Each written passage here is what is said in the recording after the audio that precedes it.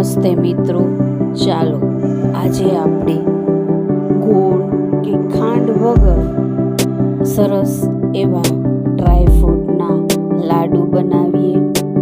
તેના માટે મેં સૌપ્રથમ મખાના, કાજુ, બદામ, પિસ્તા, અખરોટ અને ખજૂર લઈ લીધેલો છે. સૌ પહેલાં આપણે મખાનાને રોસ્ટ કરી લઈશું. જો આપણે સરસ એવા મખાનાને ક્રિસ્પી થાય ત્યાં સુધી રોસ્ટ કરીશું. જો હજી આપણા મખાના રોસ્ટ થયા નથી, આપણે થોડીક વાર લાગશે. મખાના રોસ્ટ થાય ત્યારબાદ આપણે તેને બાકીની વસ્તુને રોસ્ટ કરીશું. સરસ એવા રોસ્ટ થાય છે આપણા. સરસ એવા આ લાડુમાં ના તો ગોળ આવે છે કે ના તો ખાંડ આવે છે, કંઈ પણ ગળાશ વગર ખજૂરની જ ગળાશમાં આ લાડુ આપણે બનાવીશું. શિયાળા માટે એક સરસ એવી હેલ્ધી રેસીપી છે. જો આપણા મખાના થઈ ગયા છે, આપણે તેને એક ડીશની અંદર કાઢી લઈશું. ત્યારબાદ બધા જ ડ્રાયફ્રૂટને આપણે રોસ્ટ કરી લઈશું.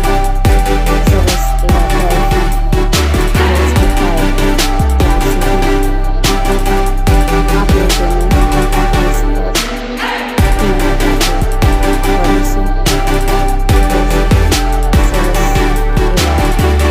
એકદમ આપણા ડ્રાયફ્રૂટને આપણે ધીમા તાપે જ રોસ્ટ કરવાના રહેશે.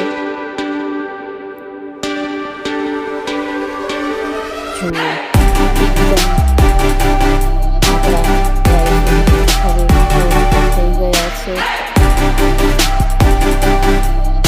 ત્યારબાદ સરસ એવા એકદમ થાય ત્યાં સુધી આપણે રોસ્ટ કર્યા એ બધું આપણે ડીશમાં કાઢી લઈશું.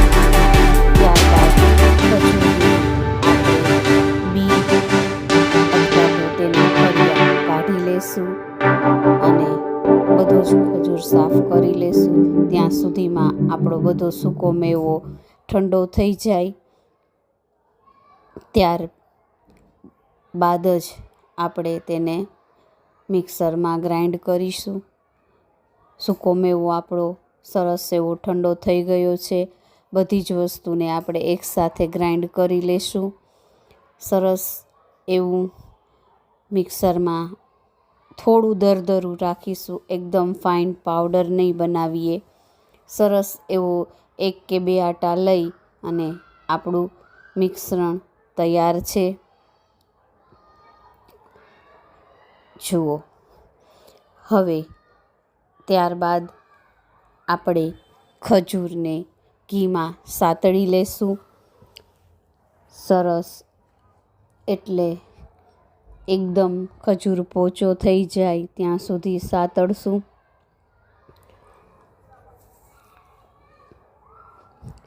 આટલા જ ખજૂરની ગળાશ પૂરતી થઈ જશે. આપણે તેમાં બીજું કંઈ પણ ગળાશ નાખવાની જરૂર નહીં પડે. આ લાડુ ડાયાબિટીસવાળા પણ સરસ એવી રીતે ખાઈ શકે છે. ના તો એમાં ગોળ આવે છે કે ના તો ખાંડ કે બીજી અન્ય કોઈ ગળાશ. સરસ એવો આપણો ખજૂર ઘીમાં સતળાઈ જાય ત્યાં સુધી આપણે તેને સાતળશું. એકદમ પોચો થઈ જાય, જુઓ, એકદમ માવા જેવો ખજૂર થાય ત્યાં સુધી આપણે એને સાતળી લઈશું. બધો જ ખજૂર મિક્સઅપ થઈ ગયો છે. હવે એને આપણે પેનમાંથી નીચે ઉતારી લઈશું.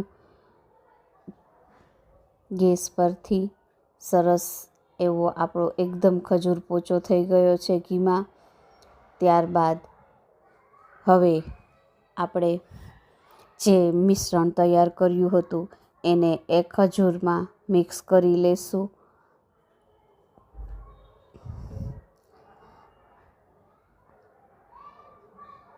સરસ એવું બધું મિશ્રણ એકદમ બધું મિક્સ કરી ત્યારબાદ જ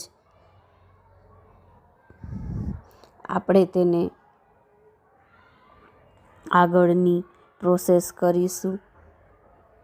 એકદમ મિક્સઅપ ગરમ ગરમ છે એટલે હાથથી નહીં પણ ચમચીથી કે બીજા કોઈ પણ વસ્તુની મદદથી આપણે એને મિક્સ કરીશું.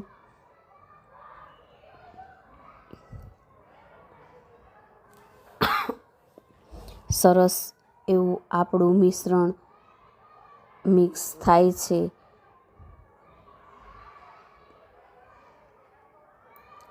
મેં થોડો મિશ્રણ બચાવેલું રાખ્યું હતું એ પણ એડ કરી દીધું છે.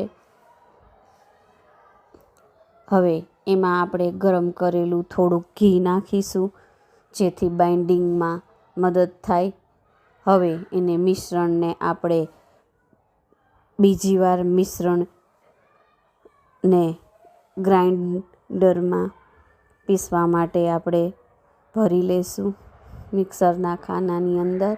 તેની અંદર થોડું એવું ટોપરાનું ખમણ નાખીશું જેથી એકદમ સરસ એવો ટેસ્ટ આવશે. સરસ એવું 1 થી 2 આટા જ આપણે એને મિક્સરમાં લઈ લેશું. સરસ એવું આપણું મિશ્રણ તૈયાર થઈ ગયું છે. બધું જ બાઇન્ડિંગ થઈ જાય એવું સરસ એવું આપણું ડ્રાયફ્રૂટના લાડુનું મિશ્રણ તૈયાર છે. હવે તેને આપણે લાડુનો શેપ આપી દઈશું અથવા તો જો બાળકોને મજા આવે એ માટે ચોકલેટનો શેપ પણ આપી શકો છો. મોલ્ડની અંદર મેં લાડુનો શેપ આપ્યો છે. સરસ એવા બધા જ આપણે લાડુ તૈયાર કરી લીધા છે.